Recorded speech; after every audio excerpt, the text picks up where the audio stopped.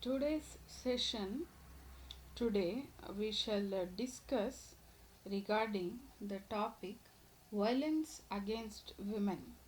Okay, some of its grievous causes and possible solutions. Okay, so let us look into uh, what are the kinds of violence that are meted out against women. Okay, the first thing is what we call as the basic ill treatment of women, and we are discussing these violent acts, violences, and discriminatory practices against women, basically in a purely Indian context. Okay, because the syllabus which is prescribed to you, which in and around revolves Indian cultural context. Okay, so keeping that in mind, we shall keep Indian culture in background, and from there on shall move ahead discussing these subunits in your second chapter, subtopics in your second chapter, that is violence against women. Okay, the first possible thing is the basic ill treatment of women. Okay, that is which also involves very subtle and simple things like sidelining and assuming certain assumptions, and based on those assumptions sidelining or just brushing aside the potentialities of women, right?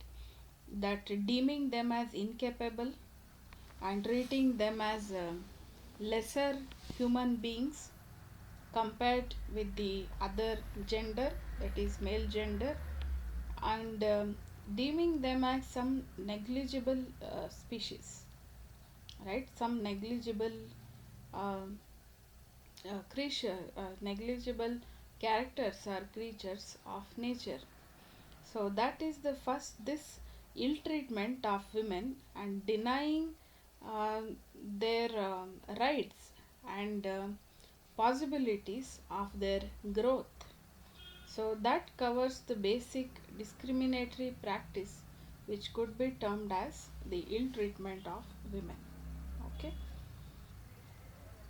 and also it also includes taking advantage of their physically uh, not physically not being so strong compared to the other gender, because there are a little vulnerable times in the movements of moments of woman's life, like the girls during their age of puberty when they have their menstruation cycle, and women when they kind of deliver, and post delivery syndromes. Okay, and the stage of menopause.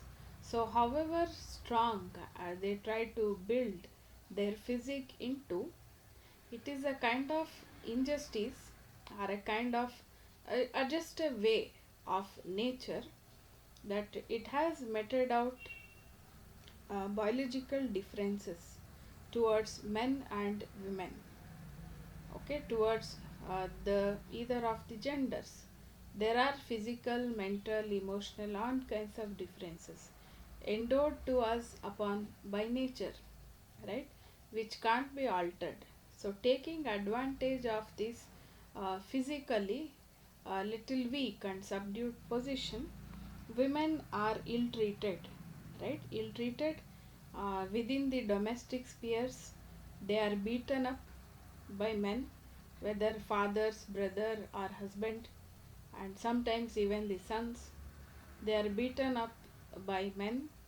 Okay, it's very rare that women beat up men, because when physically a human being is hurt or injured, obviously the first response would be to reciprocate, right?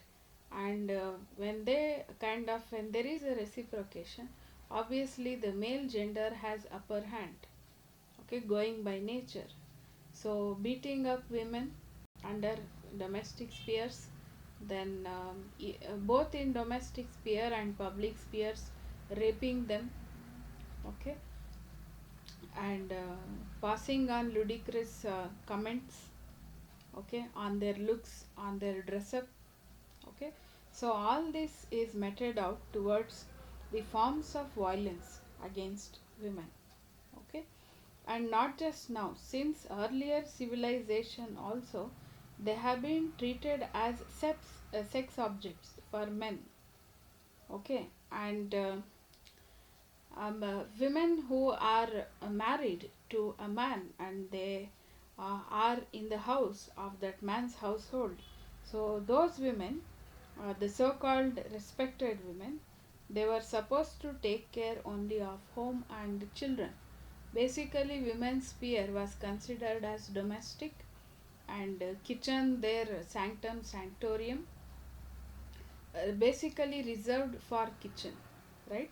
So this is how they were not given equal rights in economic system, political rights. The so-called developed Western countries also, as late as in 19th century, and even in France, the so-called advanced country, liberated countries, right? So there they also they have to fight for the basic voting rights of women as late as end of 19th century and the beginning part of 20th century, right? Only then they got their franchising rights, voting rights, with the intervention of Mary Wollstonecraft's The Vindication to the Rights of Women. Okay, so and it's very common women being treated as objects of sex. It is a age old custom. If you go back to the Roman civilization, okay, and if you go to these caves of Ajanta and Ellora, they are obviously they portray the remarkable art of incomparable artistic talent.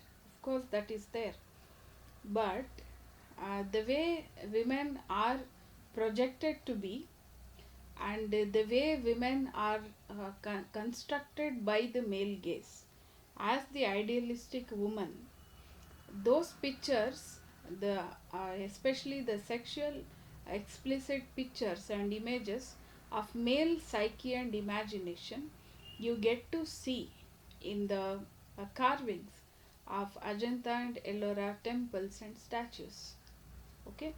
It is not the making of any woman artist where the woman's body is supposed to be in such and such way. It was the construct of a male psyche imagination, basically what we call as male gaze, that constructed the image of women in such and such a way, okay. When it comes to modern age, you see that there are so many incidents of women's harassment, rapes, beating, then murdering of women for various reasons, like jealousy, domestic sphere jealousy, professional jealousy, okay, suspicion that they have affair with other men, okay. Then next you have the reasons for these violences. Sometimes it happens, and many of these violences take place in a poverty struck condition where usually men are drunkards, they are unemployed, and all that frustration they take it out upon women by beating them, by mutilating them, by abusing them physically, mentally, verbally, okay. And women many times are dependent on men and lack job opportunity, right, because of some of the life conditions, sometimes due to familial restrictions. So this also in a way very greatly contributes, largely contributes for the violence against women, okay. And it so happens that even within families they are exploited by family members and relatives, okay, which includes both physical and mental torture. And loneliness also is the major cause against of violence against women, though it does not involve physical violence like beating up or murder. It is a psychological violence against women, and it happens due to widowhood, spinsterhood, or yeah, and the syndromes of menopause. Okay, so why is it so that happens? Because it's considered, till today it's considered for a widow to remarry in India, right? Especially if she has children, if she has just passed 30-35 years of age, it is still considered a taboo. And it is because so that nobody thinks that she needs a mental or psychological or emotional companionship with a partner. It is still considered as a social taboo, widow remarriage. Though as long as Ram Mohan Rai you know tried to eradicate the sati system, and he encouraged widow remarriage, so this is still considered a social stigma or a taboo. Okay, and not very prevalent, widow remarriage. And sometimes due to some monetary factors, and due to financial crisis, and due to some or the other physical ailments also, sometimes women are not married. If a man shares the same scenario, he would get married quite easily, but not it is the case with women. If they have some kind of physical ailment or defect, they would be not considered as a marriage material at all, so they wouldn't get married, so that also causes loneliness. Okay, so this culture of MNCs and call centers, they have also under the banner of giving empowerment and emancipation to women, they have directly or indirectly caused uh, more rape cases and murders of women outside spheres, especially in the public spheres, because it involves traveling at odd hours, traveling alone, and far away and unknown places. Okay, and a very common cause for violence against women is the misconduct of men, also, generally.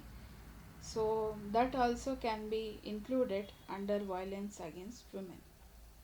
Okay, and earlier days many such incidents had taken place, but they went unreported, right, due to lack of media and communication. But these days these incidents are widely reaching public due to the involvement of TV, then mobiles, then social media.